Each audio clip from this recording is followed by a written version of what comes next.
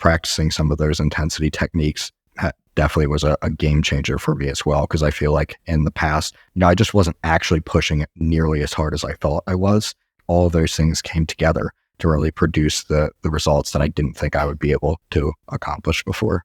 If I could go back in time and tell myself something, it was, be willing to try new things, whether it be, focus on those compound exercises, try the rest periods, try something like the BLS philosophy, and then just be patient. If you're being honest with yourself, you're tracking accurately, and you're showing up and doing the work, you will get the results. It feels like instead of like fighting my body, I'm working with my body, and it is definitely a huge relief. Oh, hello there, and welcome to a new episode of Muscle for Life.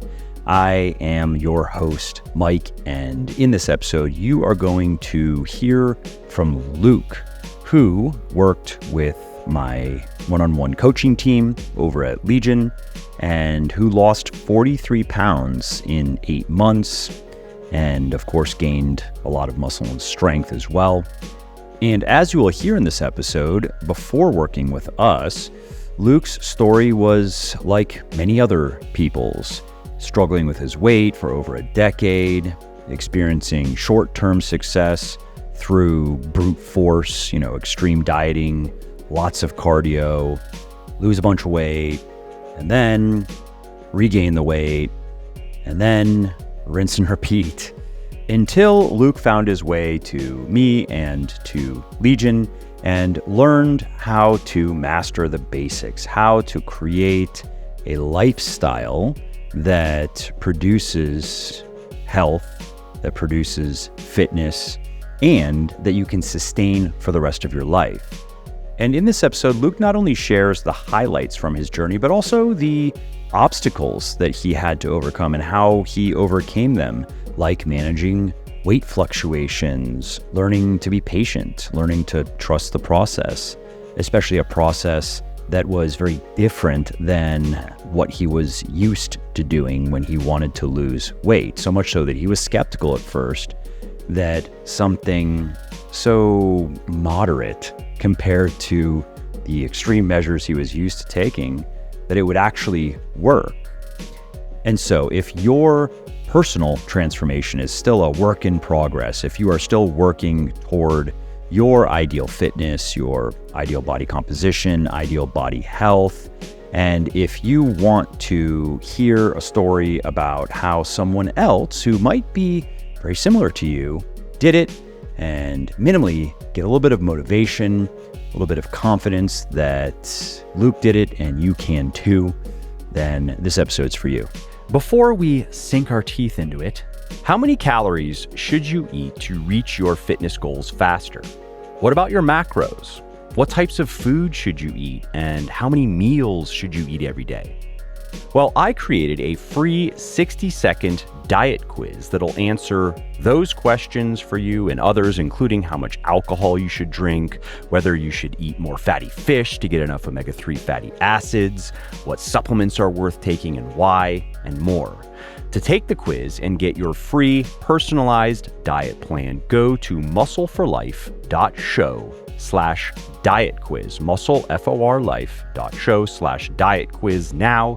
Answer the questions and learn what you need to do in the kitchen to lose fat, build muscle, and get healthy.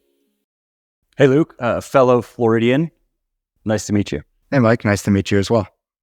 Thanks for taking the time to come and talk with me and talk with the listeners.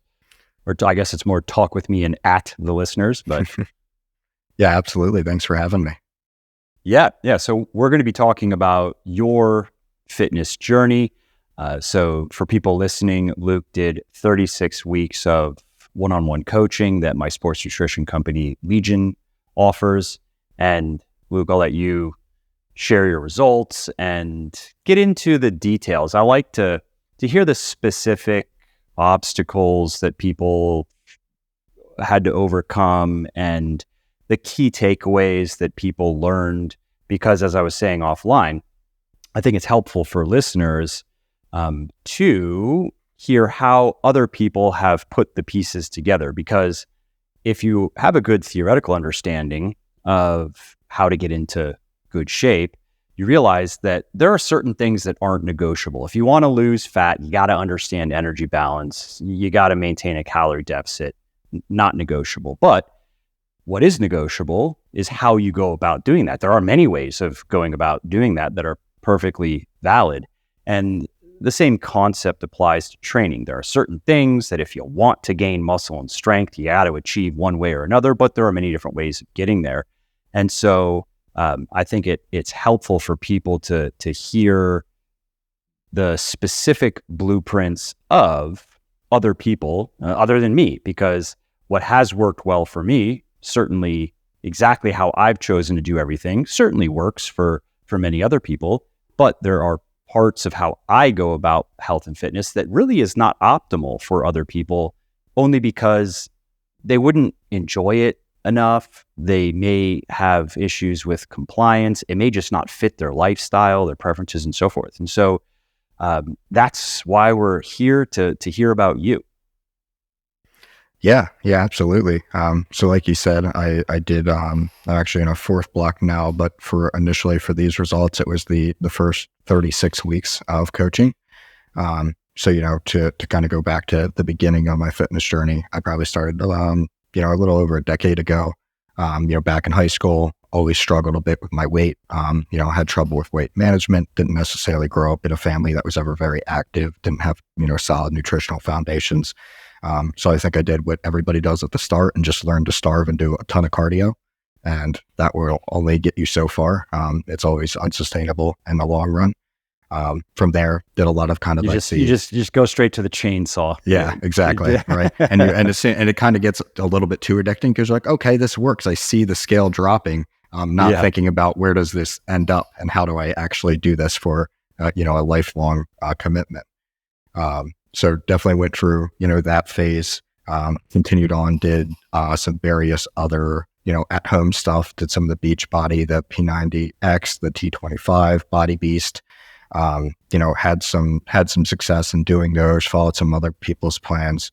And I was able to get some results, but it was always very unsustainable. And even though I would be able to get lean, so, I had been able to get down to 190 pounds, which for me, at the time was like, okay, this is cool. And I can have some visible abs and have some of that success.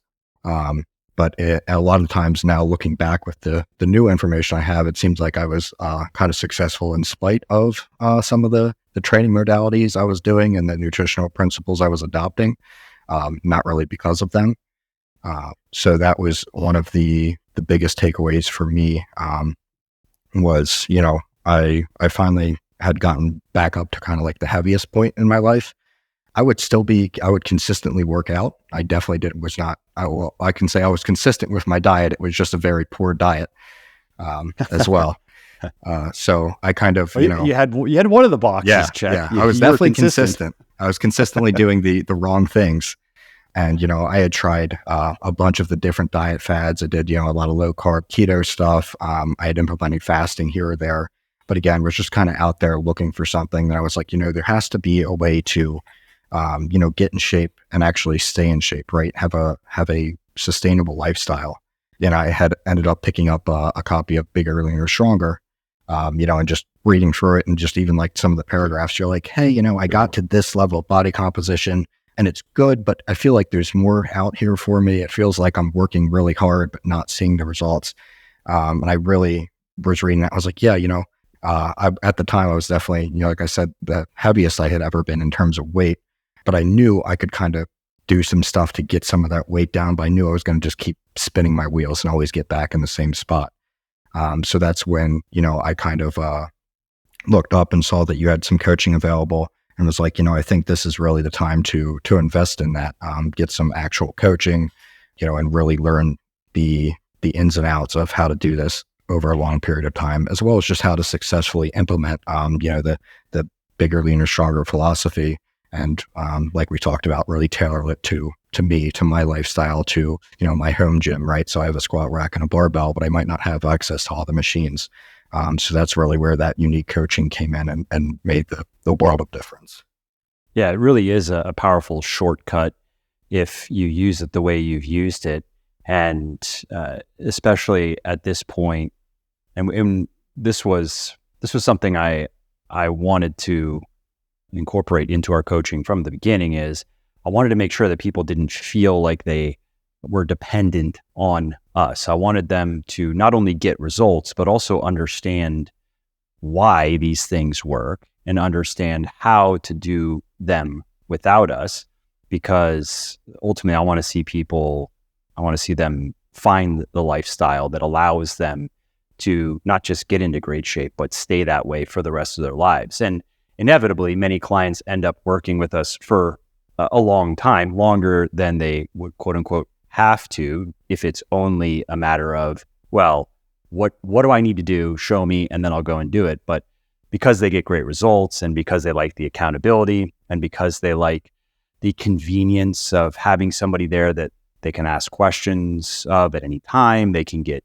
diet, meal plan adjustments made as needed, training adjustments, and they find that it just becomes part of their regimen that works for them. It's part of their success, and so inevitably, many clients stay on longer than the first 3 or 6 months, and so that's always appreciated as well. And if we look at your results here, so 8 months, 43 pounds down, 17% body fat down, and so that's in an absolute, not relative, for people wondering. So basically, I mean, it looks like you about cut your body fat almost in half. Is probably, for people can't see what I can see here.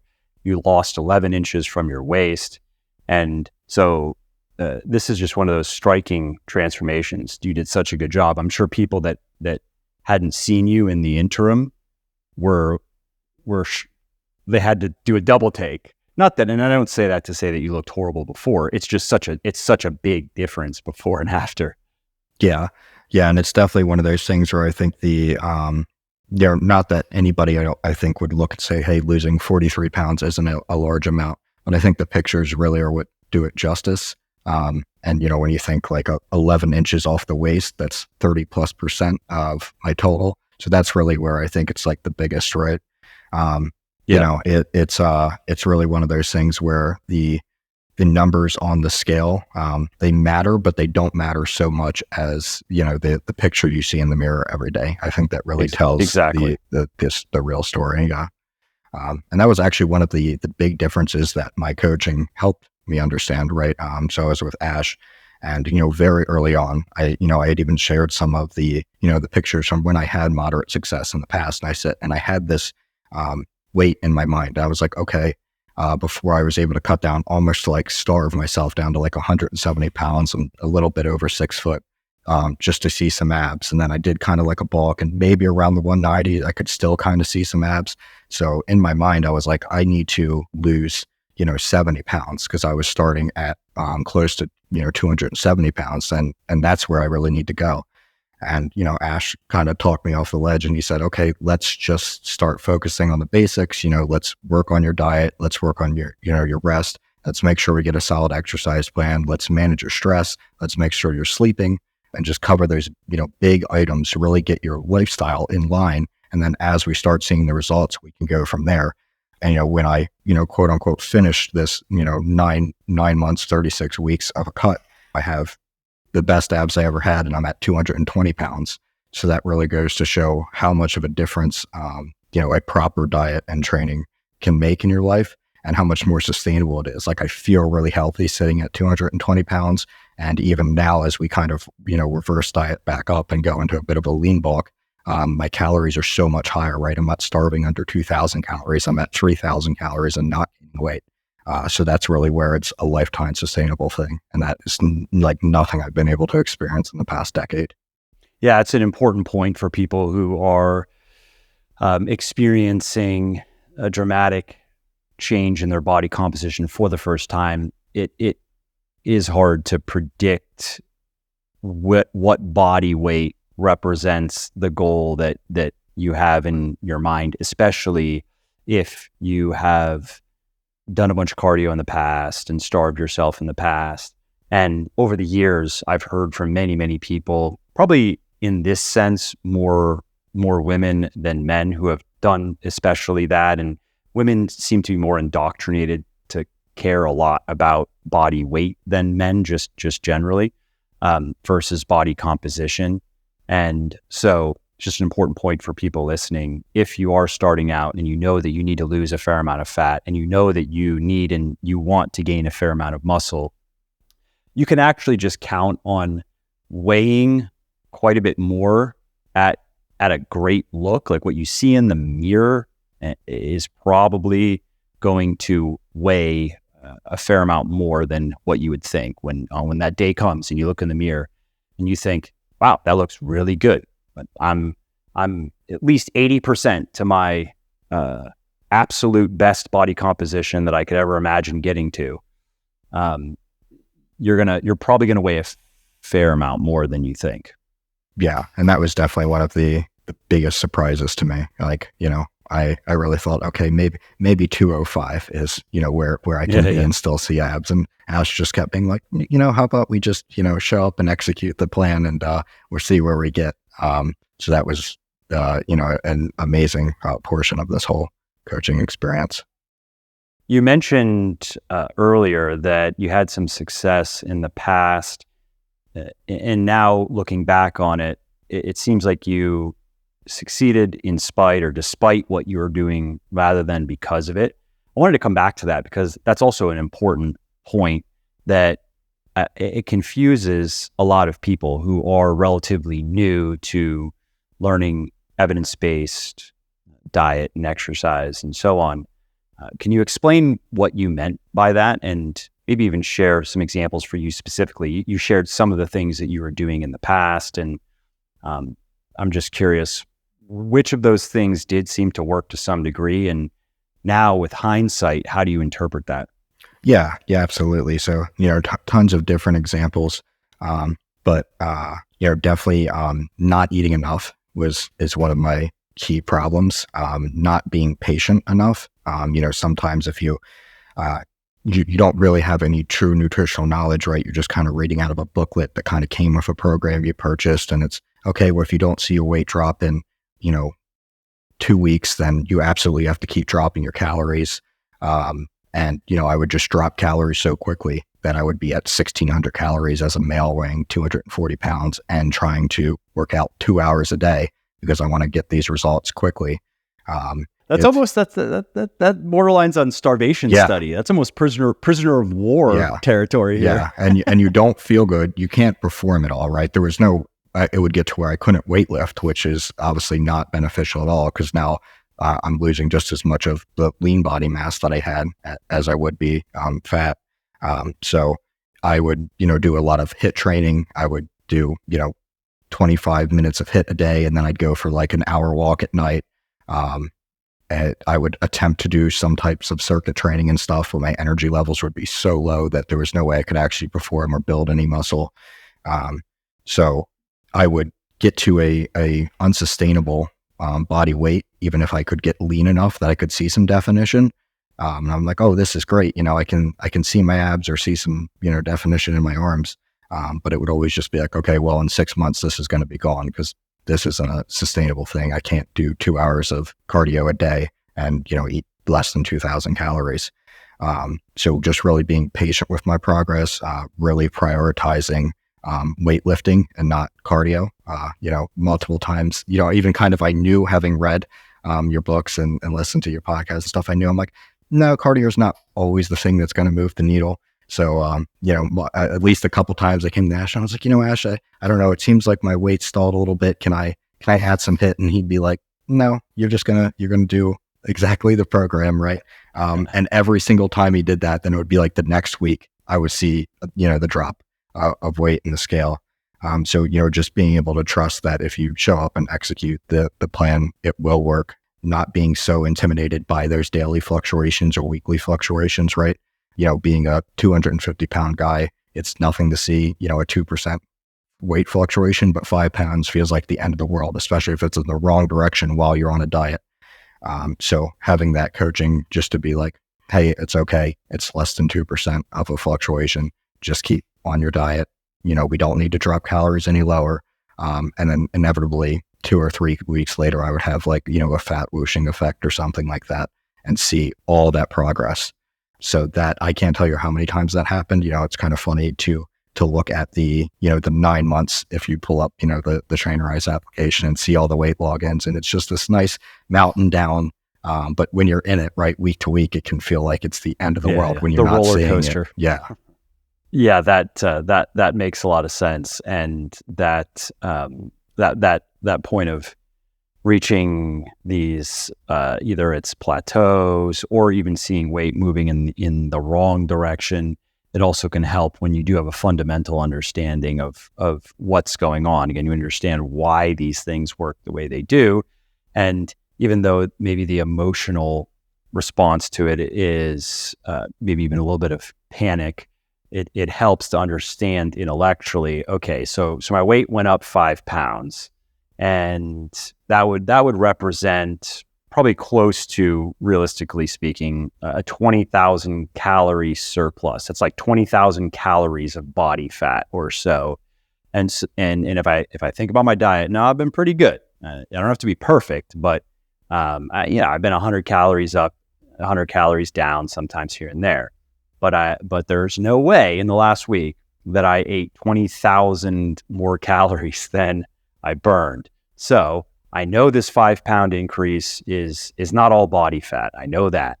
And if it's not all body fat, and it's not even mostly body fat, well, then it has to be some of these other things.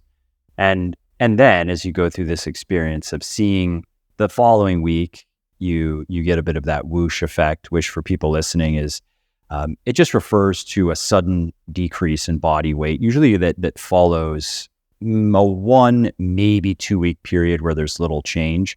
And weight loss is never perfectly linear. Like Luke said, if you look at your graph, if you're doing it right, it trends downward over time. If you look at your graph of your average body weight over time, it trends downward, but it's not a little bit lower every week until you finally reach your goal. It goes up, it goes down, it goes back up, it flattens out, it goes way down, it goes way up. And so it's just part of the process. And I'm sure, Luke, for you, once you saw this pattern repeat a couple of times, then as you said, the daily fluctuations, you just don't even care anymore, because you know that if you just focus on execution, you're going to get the results. The results factually are happening, even though they're not always perfectly reflected on the scale or even in the mirror. Because you look at yourself every day and it gets a little bit distorted in your mind's eye. You get where you're not actually even seeing the changes until they're dramatic.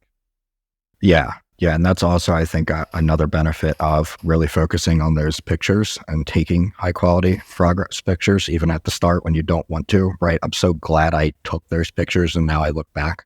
I'm like, wow. And it's really cool to go, monthly, and I have them all in a folder, and you could see even when, you would still look in the mirror, I'm like, oh, I don't know. But if you compared that to a month before, you're like, okay, yep, now I see, my arms maybe are a little bit more defined. I have less lower back fat. So just finding wins in places like that was hugely helpful. And, also, again, having the coaching, because you might kind of like overlook some of those, but, a good coach is going to look at those and point out to where they're saying, the most progress as well. Yeah, that's a good point. Can you talk to us about your diet? How did you approach that part of this equation? What specifically worked for you? And I'm curious if you had to make any changes along the way. Did you start out thinking that one approach would work, then you found that certain parts of it actually weren't right for you, and so then you had to adapt? Yeah, so I'll definitely say, starting out, because I was so overweight and, I really wasn't super hungry, even despite being in a caloric deficit, because, it was fine. I was working out, and I'd say my intensity probably actually, the more fit I got, the higher intensity I was training. So that definitely played a role in it. But starting out, it was, I won't say easy, but pretty simple. I definitely had a macronutrient based diet. I had used one of the sample meal plans and kind of adapted it to what made sense to me. just found some meals that I liked. And once I kind of dialed those in, I was like, hey, I know I can have, say 10 ounces of, lean ground turkey and X number, of grams of rice for lunch or whatever.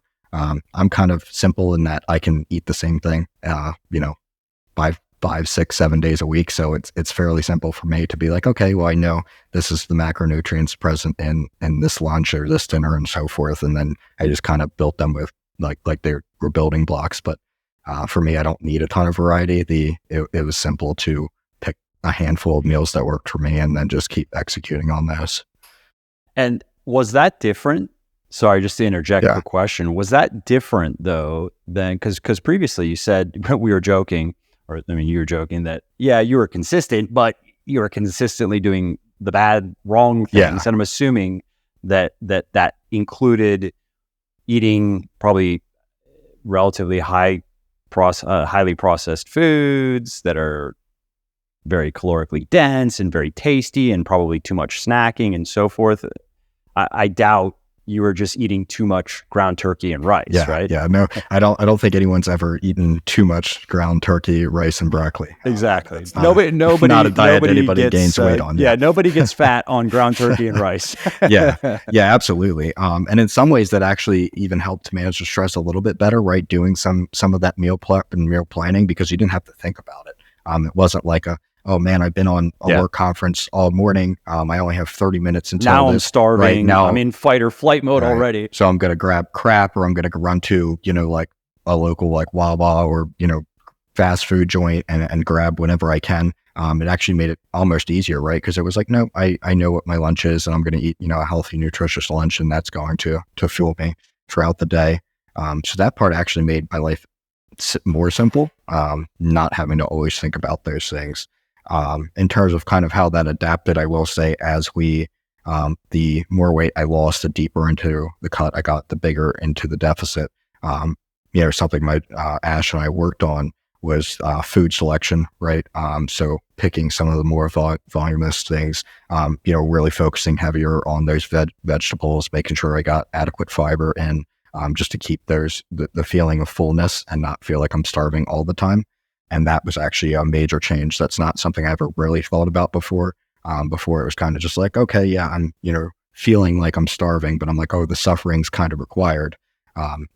Working with a proper coach, he was like, look, you're going to feel hungry at times. We're in a deficit, but you really don't need to feel like you're starving. And you can eat damn near as much broccoli as you want, as long as you're not coating it with cheese, right?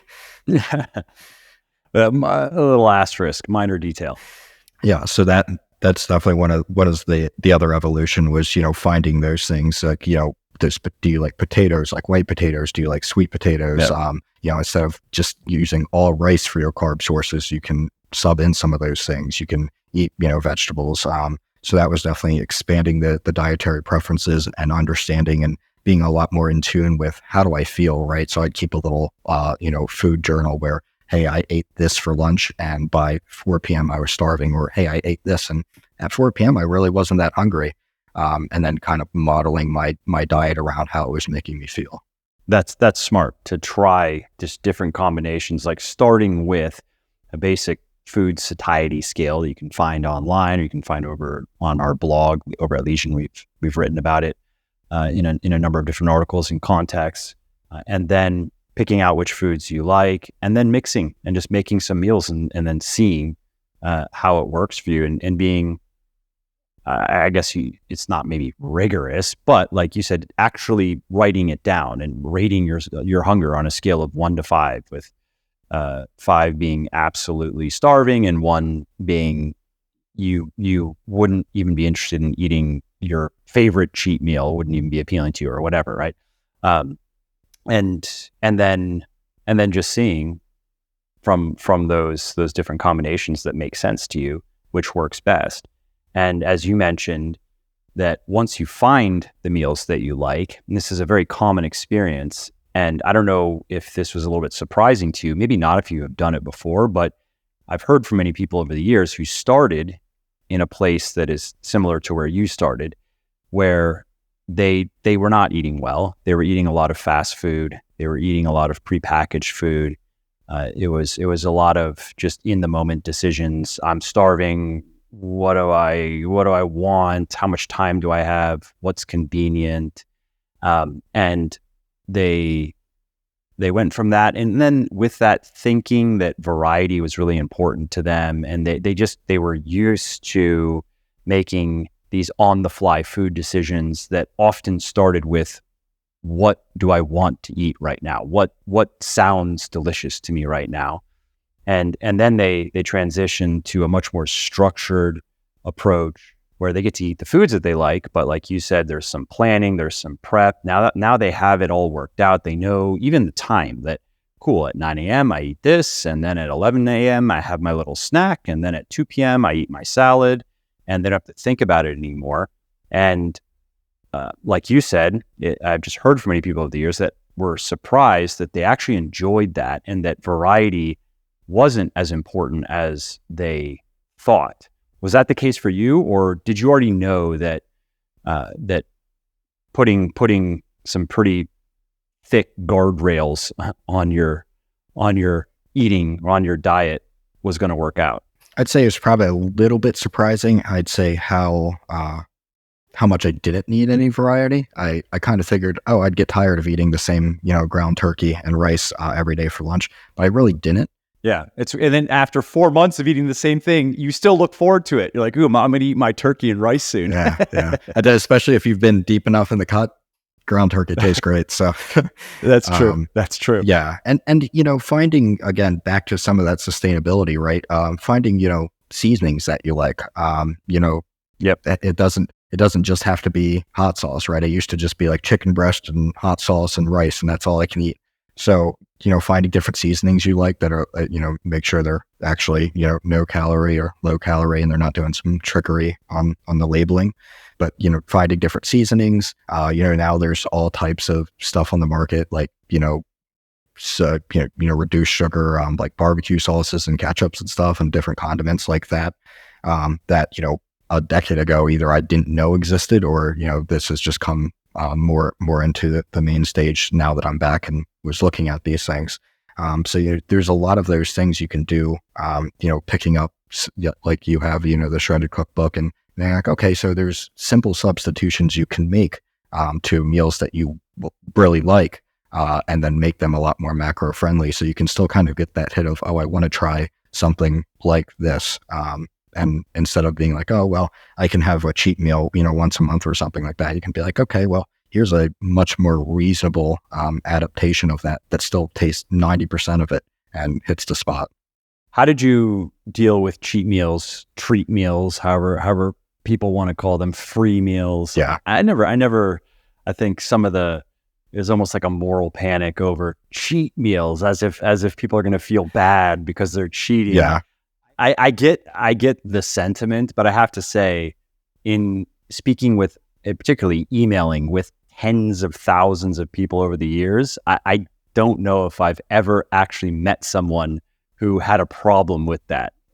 In fact, they never cared. They were excited because they had a system that worked, and they looked forward to their cheat meal. They felt great afterward because it was delicious. But regardless, in the latest editions of Bigger, Leaner, Stronger and Thinner, Leaner, Stronger, I changed the terminology to treat meal just for fun. We're like, okay, I mean, I'm not concerned about calling it a cheat meal, but I think treat meal actually captures the essence of it even better anyway. But how did you deal with that? Is that something you did on a regular basis, irregular basis, not at all? Yeah. So I wouldn't say we didn't have it like scheduled in, right?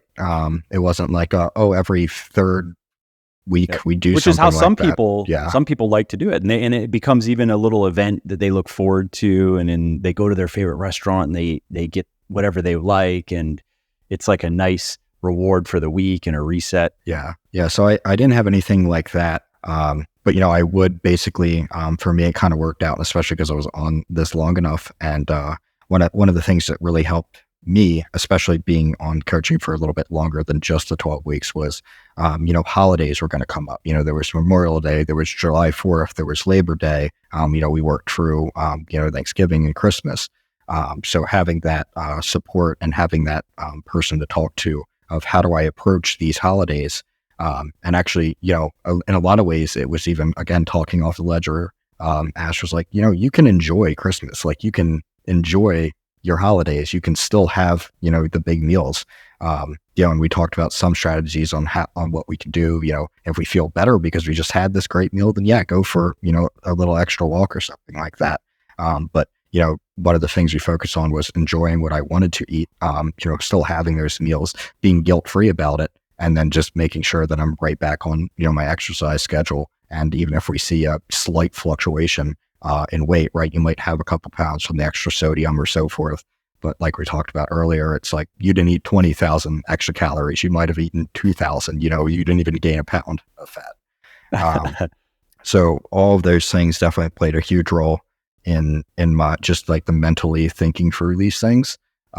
So while I didn't necessarily have like a scheduled, cheat meal, whatever, since I was on it long enough, there was holidays and so forth. So I kind of just ate what I wanted on the holidays, within reason. But if I wanted to have, barbecue or a beer or two, we just did it. I tracked it like normally. And then, we got right back on the schedule in the following days.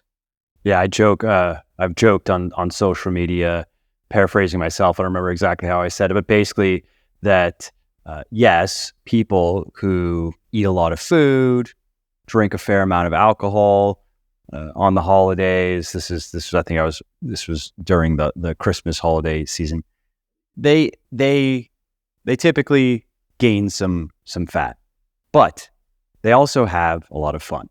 So that matters too. And you can always lose the fat. And as you do this for enough years, you see that fully enjoying yourself, and once you get to where you've gotten to, you've achieved great body composition, you've learned how to keep it, you've also developed a very healthy relationship with food.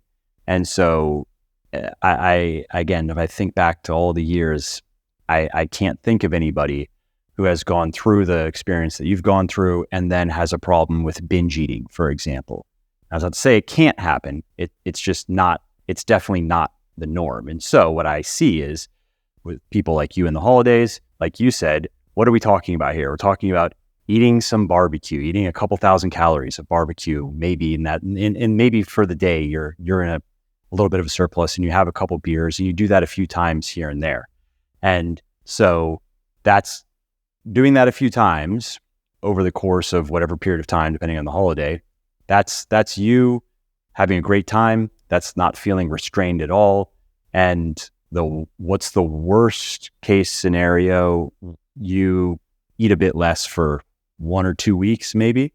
And maybe you don't even have to, but if you really feel compelled to, maybe that's the price you have to pay. And so again, once you've experienced that a couple times, similar to with weight loss plateaus and so forth, you really understand that, this is just how it works. You don't have to feel guilty for eating the barbecue or drinking the beer. And even if you want to do that, multiple times a week over a holiday period. The consequences are just negligible. Yeah. Yeah, and I'll say that's definitely, I think, one of I can't speak to enough about the coaching, right? It was very BLS, philosophy, the workouts and so forth. But the ability to talk to a coach that really understands that and can help you, equip you, and listen to your concerns, and like, oh, am I going to ruin everything if I eat 2,000 calories on July 4th? And Ash was like, no, I want you to enjoy yourself, eat whatever you want, and then July 5th we're go right back to the diet, and you'll see that a week from now it'll be like nothing happened. And just doing that enough times to be like, okay, yeah, like this isn't a big deal. I have the tools and I've equipped myself with the habits and so forth that, it's really interesting too. Cause one of the things we talked about, he was like, Luke, to get to the weight you were at, you were doing this crap 6 days a week for years on end. And I was like, that's actually a really good point. Like I was consistently doing the wrong thing for years to get the results that I had. So now it's flipped. Yeah. Reframing your mindset for things like that is definitely super powerful. And the general strategy too of just sticking to your meal plan and more or less sticking to your diet, and then eating off plan, so to speak, on holidays, which occur every few months, every couple months, whatever, and that's an example of something that may not work for some people because they like the regularity of eating off plan, or in the case of people, I think of people who travel a lot for their work and they have to go to meetings that are at restaurants and so forth. It makes it a little bit more difficult, to where it gets actually kind of obnoxious if they were really trying to just stick to their macros or their calories, and so they have to work in some flexibility. Otherwise, they're just the weirdo asking for they need the asparagus, but it can't have any butter, or it can't have any oil, or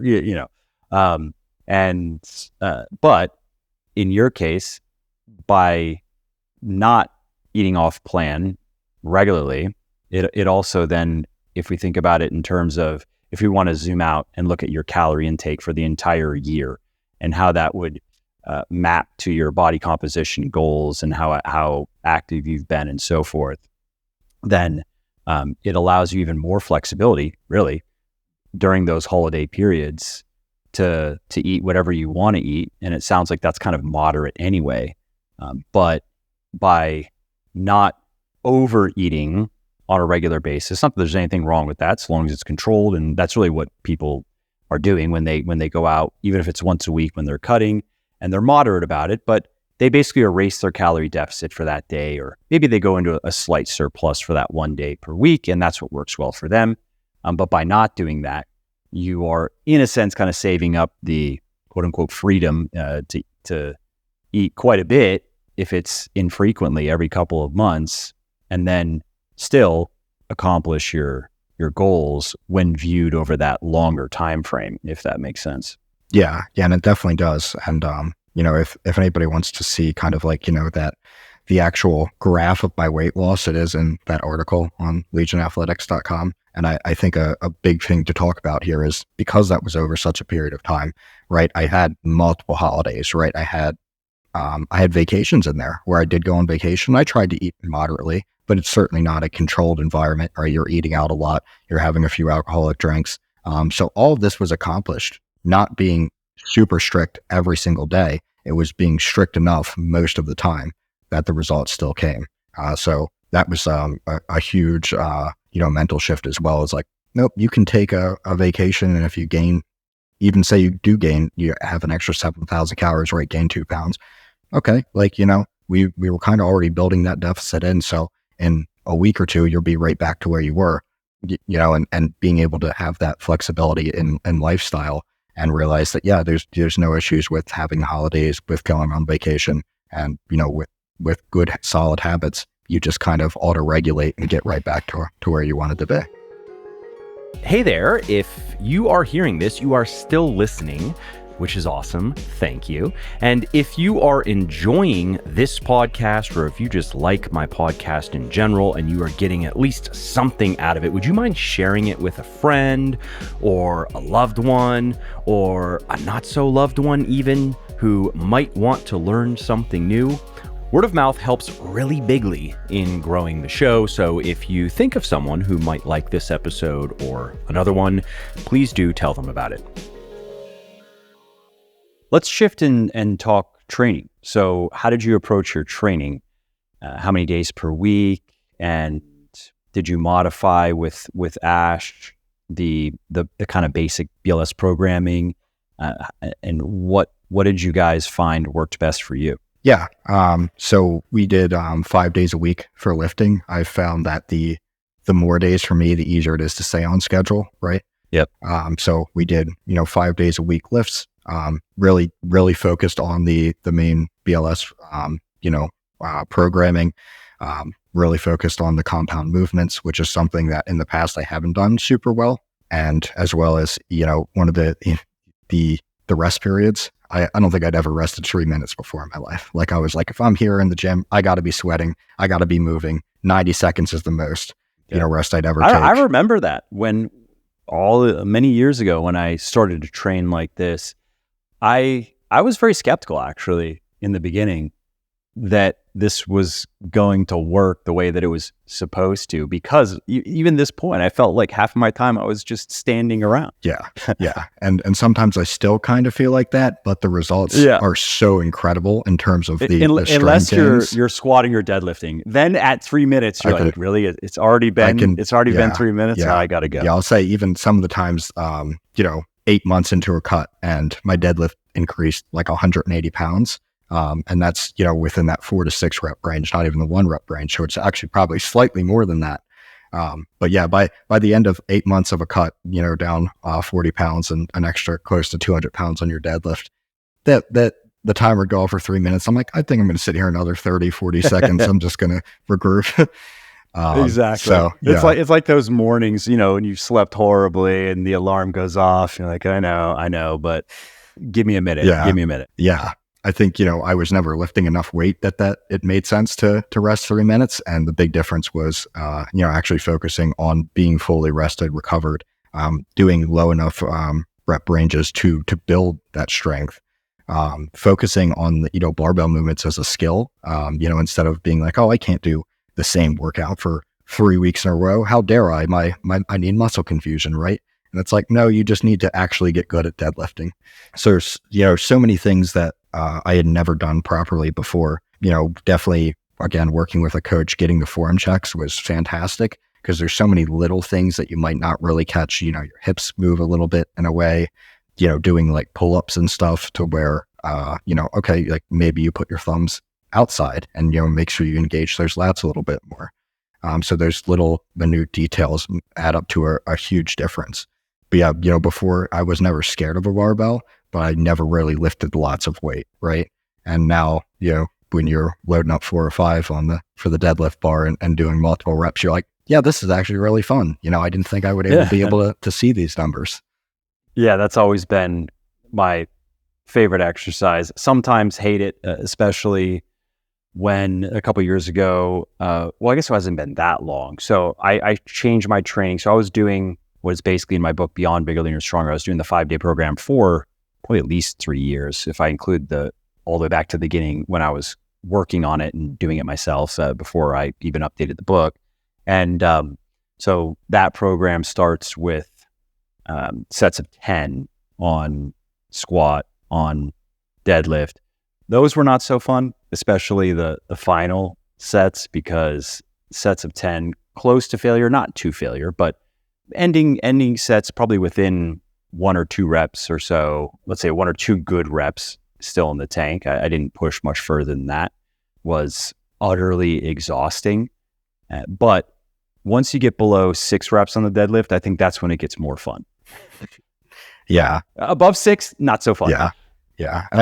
And speaking of, that's another thing that I think this program really helped me do is what actually is failure, because you're like, hey, if you're not super well trained and you come in like 1 to 3 reps in reserve, you don't really know that for yourself, and certain stuff, you always need to be safe, practice, make sure you have proper form and stuff, but really learning to push yourself on lifts too and be like, hey, what was I actually tired? Was I really within 3 reps of failure, or was I just tired of doing deadlifts, right? Because it's this big heavy thing I got to pick up. So really being able to push myself, understand, what does failure actually look like for me, or, am I just being lazy and don't want to, finish this set? So practicing some of those intensity techniques definitely was a game changer for me as well, because I feel like in the past, both from not resting long enough, but, I just wasn't actually pushing it nearly as hard as I thought I was. And the more weight I lost, the more fit I got, the higher the intensity got. So all of those things came together to really produce the results that I didn't think I would be able to accomplish before. Yeah, that's a major point. I think that to just generalize, most people, they're not training hard enough in each individual set. Now, I'm thinking even of people who actually spend a lot of time in the gym and they do a lot of sets. I mean, it could be a 2 or 3 hour workout, and in some cases, I'm thinking of people who are in very good shape, but they are I mean, it's almost, I wouldn't say it's a lot. It's a bunch of warm up sets, but it's something in between a bunch of warm up sets and true hard sets taken close to failure. And if you want to spend a few hours in the gym doing a lot of sub-maximal training, you could do that and you can get results with that. But if you'd rather get the same results or even better results in maybe an hour or so, then that's when that intensity set to set has to increase. And so if I think to the gyms I've been in over the years, there always are people who know this and they train hard, they train intense, they're pushing close to failure. Some people overdo it and they're always training to failure, every set, every exercise, really pushing it to where, the spotter is having to finish the final rep for them. And that's not a practical and intelligent way to train. But I think that on average, people could benefit from a lot more intensity in their workouts. I don't see it the other way. I don't see most people pushing to failure too often and benefiting from less intensity.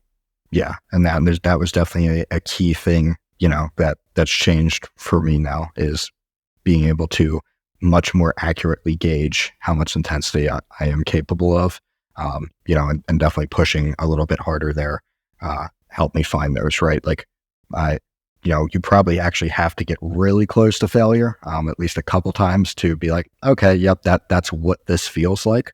And you can still do that in a safe manner, right? Even as far as like Ash even helped me make sure how do I set up, like the safety bar in the squat rack that I'm benching in, right? I work out at home, so I need to be safe. But just those little things, right, where you're like, nope, it's okay if I fail, I'm actually safe. I have these, safety bars set up, and just a couple times take it there just to feel, okay, that's what actual failure feels like, and not, be 7 reps away when you're finishing a set. Yep.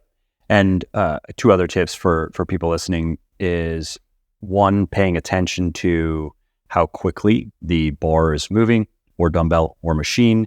And if it also can help to video yourself, because take deadlifting, you're deeper into a set, it's getting pretty hard and you're mostly focusing on just maintaining your form and getting that weight off the ground. But what you will always see is, once you really start to approach failure, that barbell is going to slow down significantly. And it can help to video yourself, so then you can see, what did you perceive in terms of that speed and what actually happened.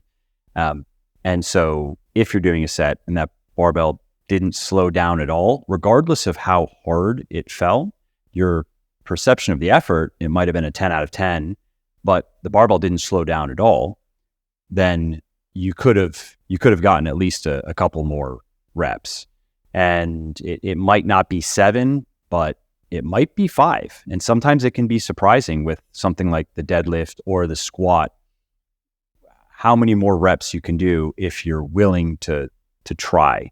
And paying attention to that barbell speed or dumbbell or machine speed can help, though, because it is fairly easy to just keep a little bit of attention on that. And if it feels like, no, that bar still moved pretty quickly, I had to work for it, but I still got it up pretty quickly, then you can feel safe, so to speak, in trying another rep and then seeing, like, that still moved pretty quickly. I had to try even harder. That's really hard, but it's not slowing down yet. Then you go for another one, and then that's probably where you will start to notice it. If again you're feeling like you're giving it everything you've got just to keep that barbell coming off the ground or keep that squat moving quickly, you can do that for a few reps until it starts to slow down. But it's going to slow down a little bit, and then you're going to go for another one, and it's going to slow down a little bit more, and then you're going to go for another one, and now you're entering probably grinder territory. But if you really wanted to go for everything, not that you necessarily have to, you probably can still get at least 1 or maybe 2 more grinders. And so that's something that can help people just get an understanding of how close to failure they are. And then also, like you mentioned, pushing to failure. And that could be, you could save that for a machine as well if you don't feel comfortable barbell squatting to failure. I mean, I would never program that just for even myself, really, but has it happened to me over the years? Yes, absolutely. And so, especially when now I'm kind of in maintenance mode, I still like to train intensely, but not as intensely as necessarily 10 years ago. And so I then was willing to, I wanted to get to a true, zero RIR. Well, sometimes like zero good reps left for people listening, where I just barely got the final rep map, sometimes miscalculated and couldn't get it up and had to set it down. So if you don't want to do that, and I understand, you can do that on different machines though, where you can push, especially with upper body, you can push to failure with safety, like true failure. Just, you're on some sort of chest press machine and you want to feel just the localized and the systemic effects of failure. What does that really feel like in your pecs, in your triceps, in your shoulders, and also just in your body on the whole? What does it feel like to really go to absolute failure? You could do it on a bench press or do it on a machine because it feels about the same, or do it with dumbbells if that's a little bit more comfortable.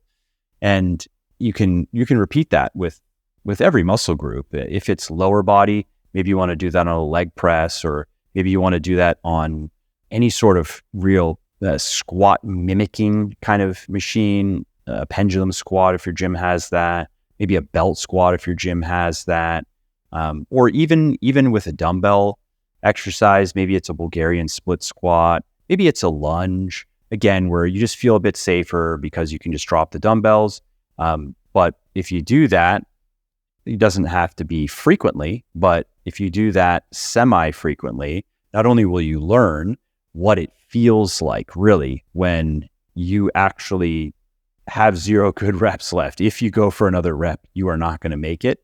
And then also by doing it semi-frequently, it helps just keep your understanding calibrated. Otherwise, what can happen is you can kind of lose your sense of it, and then some of that intensity, some of your training intensity is going to depend on how you feel that day. And that's inevitable, and that's going to happen to some degree, but it is nice to maintain that objective understanding and that objective standard. So if you're not feeling great because maybe you didn't sleep great or whatever is going on, and you're not inclined to train with the normal amount of intensity that you train with, then you understand that when you're in the gym and you're deeper into a set, and now you would like to just end the set. You've had enough of this set of squats, but objectively that barbell has not slowed down at all.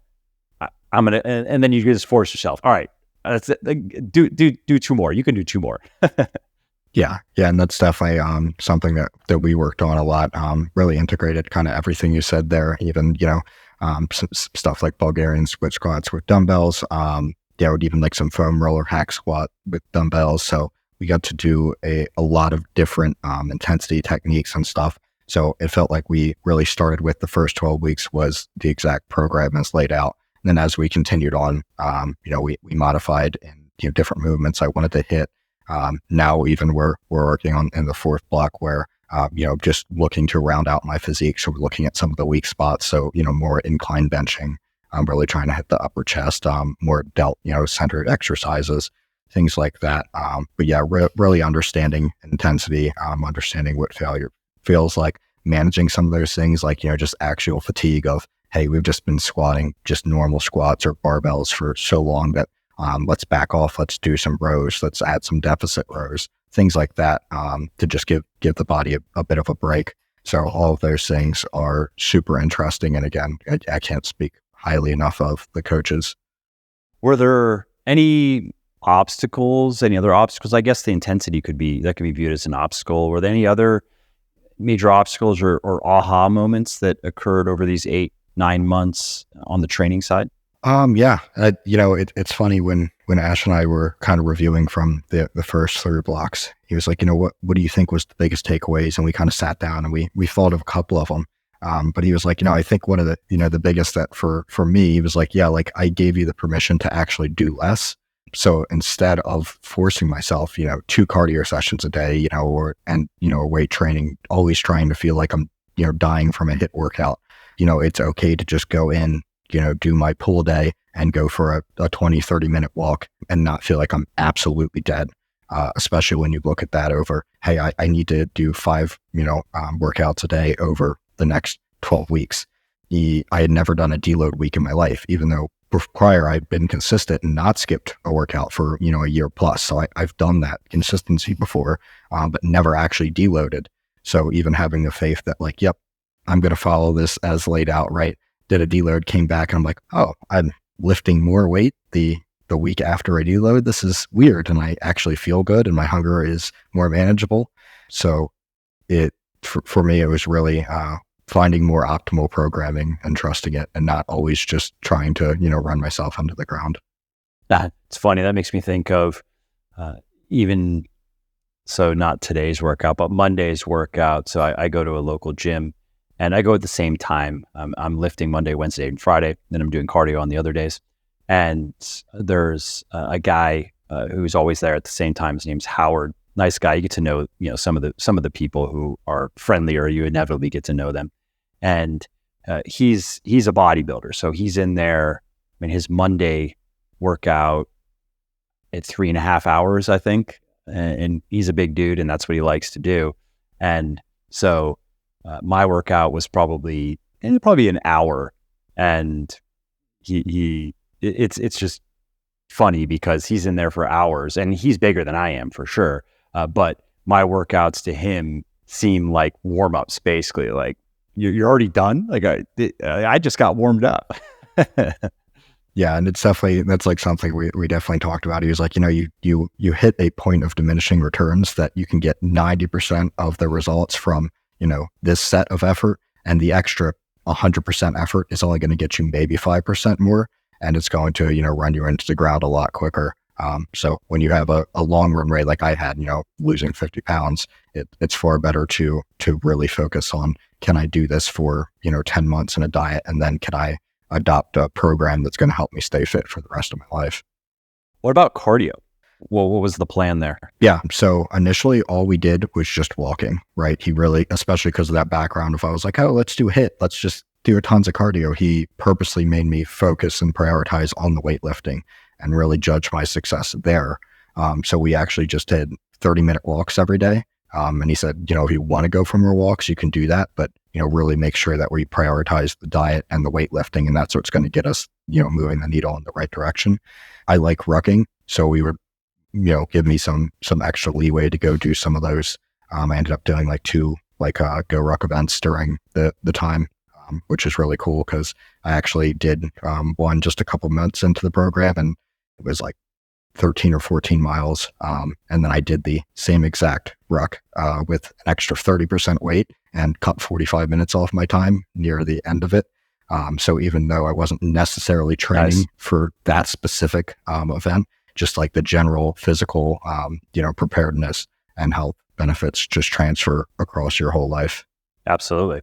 And so that was it for the whole period. It was walking and rucking. Yeah. He said, if I really want to do HIIT, he can help me program, a day or two in, or if I really wanted to run or something like that, he was willing to do that. But when we talked about what are my actual goals, and it was like, gain strength, get lean, he was like, we can do that managing the cardio and not doing too much. And I think that also helps knowing yourself, right? Because of my history in the past, I'm just like, yeah, run yourself, do as much cardio as possible. It made more sense for me to back off that, really just focus on some basic cardiovascular health, but use the weightlifting and then use the diet as the tool to move the scale. Yeah, exactly. And that's a good example in the exercise domain of modifications that people will make in the dietary domain, like, for example, maybe not having a treat meal on a regular basis because they find that when they do, they just tend to overdo it. It doesn't mean that much to them, and so they'd rather just not, or they just avoid certain things when they're going to eat off plan, like they just avoid ice cream, for example, because they know that if they get that pint of ice cream, eating 300 calories of it it's just not satisfying. So they're going to eat the whole pint. And so things like that, or in your case, not doing as much cardio as maybe emotionally you felt compelled to do was actually the right decision. and just staying cognizant of, okay, well, what am I trying to do here? Am I trying to, am I trying to just do a bunch of cardio because I want to do a bunch of cardio, or even because I like doing a bunch of cardio? Is that the goal? Or is the goal to gain muscle, gain strength, get my body fat down to the level I want it to be at? Okay, so if that's the goal, then how does that then interface with this cardio desire? Okay, well, it's time to turn the volume down on that. Yeah. And I think that was, again, another one of those really powerful coaching moments was, what is the latent purpose of us choosing an exercise, whether it be, a weightlifting exercise or, a cardio modality? What is the actual latent purpose of us choosing that? And then what do we hope the result to be, and then make sure that we have some meaningful metric to track it by. So really thinking about it in those terms helped me understand, better the exercise selection and why am I going to plan out my week like this. It definitely changed my mindset as to not just do as much work physically as possible within some period of time to, why choose this exercise, because we want to develop this end result. Makes sense. Well, this was a great discussion. I think that that's everything that I had on my list. Is there anything that I should have asked that I didn't ask? Anything else kind of bouncing around in your head that you want to share before we wrap up? I would say, different people have different, goals. But for me, if I could go back in time and tell myself something, it was, be willing to try new things, whether it be, focus on those compound exercises, try the rest periods, try something like the BLS philosophy, and then just be patient, show up and do the work, but don't expect just because the weight didn't move that day or that week, it's okay. If you're being honest with yourself, you're tracking accurately and you're showing up and doing the work, you will get the results. Yeah, absolutely. Yeah. I mean, it's really that simple. And it's also cool that once you have experienced it, certainly once you've achieved the amount of success with it that you have, then it has all crystallized for you. And there just are no more concerns about body composition, at least in terms of like what to do and what not to do.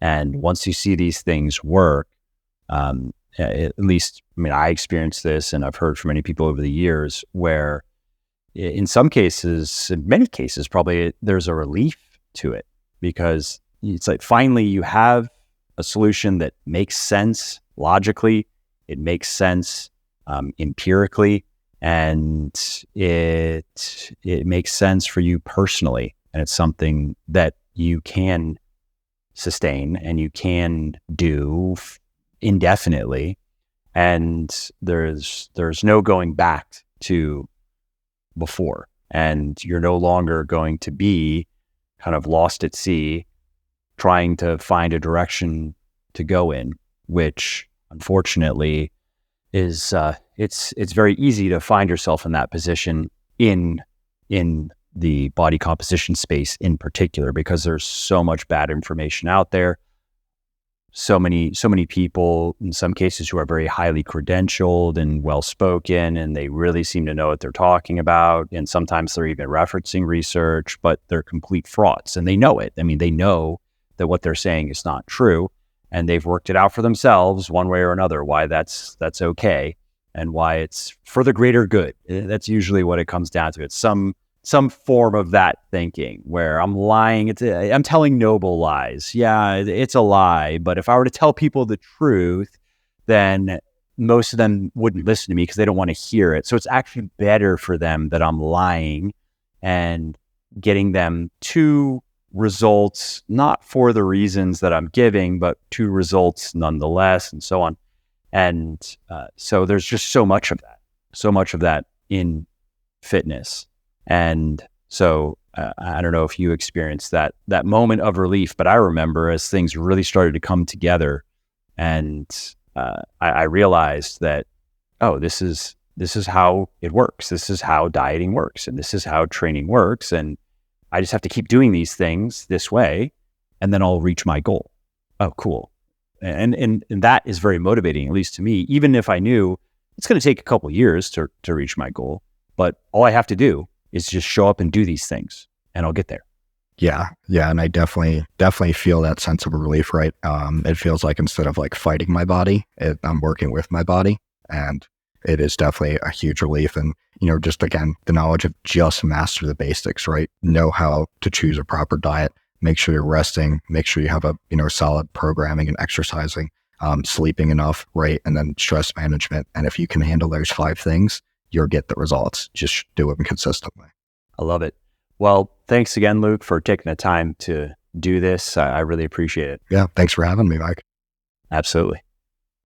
Well, I hope you liked this episode. I hope you found it helpful. And if you did, subscribe to the show because it makes sure that you don't miss new episodes. And it also helps me because it increases the rankings of the show a little bit, which of course then makes it a little bit more easily found by other people who may like it just as much as you.